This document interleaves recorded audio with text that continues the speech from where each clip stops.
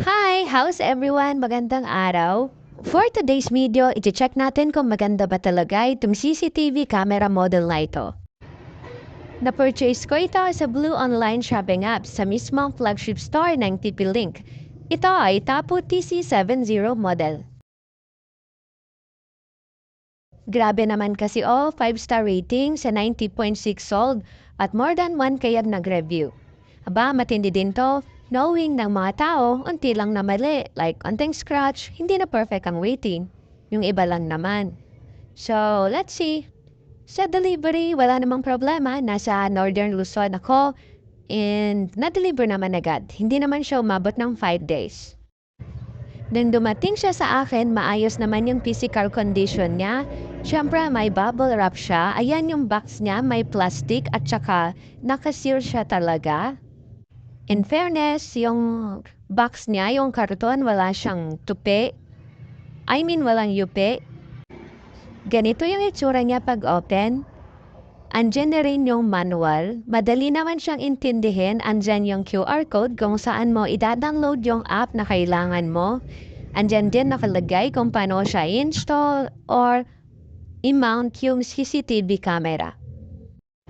Importante na basahin muna ang mga manual para malaman yung mga do's and don'ts ng ating mga gadget para maiwasang masira ang mga to. Pero sa CCTV camera na to, madali lang naman siya.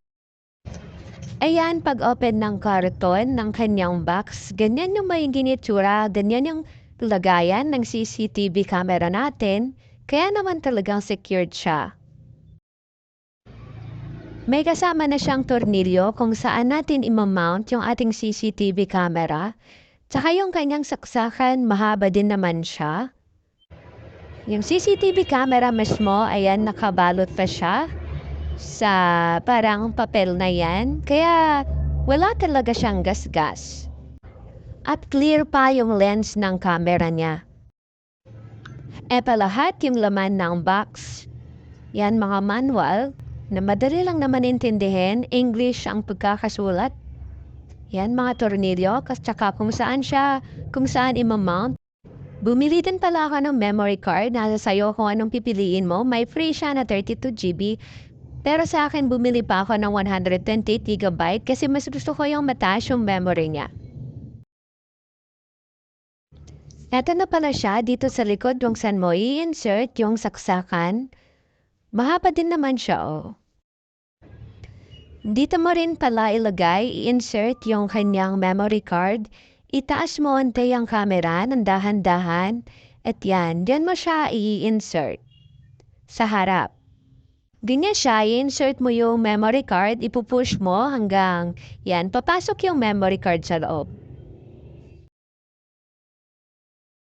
Ipapakita ko pala dito yung difference pag may ilaw at saka pag wala siyang ilaw. Gabi na ng oras na to at saka naka-on pa yung ilaw dito. Pag switch off ng ilaw, ayan, magdidilim siya, magda-dark siya saglit. And then, yun, bagoon na yung night vision niya. Yan, maliwanag din naman siya. Nakikita mo yung loob. Ito naman yung itsura ng Tapo app sa phone. Dapat nakagawa ka na ng account at na-add na yung tamang CCTV model. Dapat pala nakakonect na din ito sa Wi-Fi. Gamit ng app, ma-access mo yung CCTV sa phone. Mapapaikot mo yung camera ng 360 angle gamit ng phone. Pwede din pababa or pataas. Basta may data connection ka. You can access it kahit nasa malayo pa basta may internet.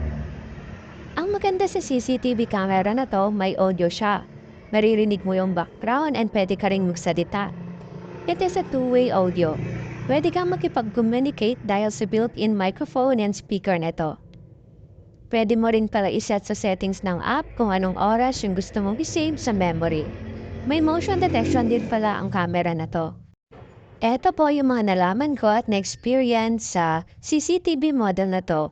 Kung may mga katanungan, pwede niyo pong ilagay sa comment section. Thank you for watching!